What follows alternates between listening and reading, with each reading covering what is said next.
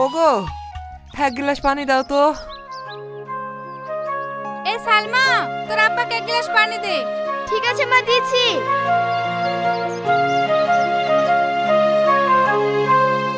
কি রে, তুই এবার কোথায় যাবি?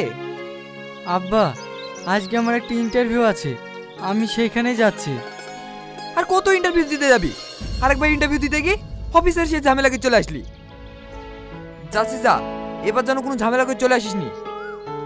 এই বয়সে আমি আর একা একা কত খাটবো বলতো? লে আব্বা, ছেলেটা শাহিদ করে ইন্টারভিউ দিতে যাচ্ছে আর তুমি এভাবে বকছো কেন বলো তো?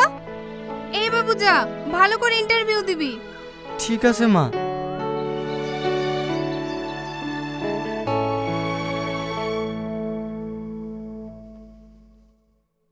বাহ, রেজাল্টটা দেখছি ভালোই।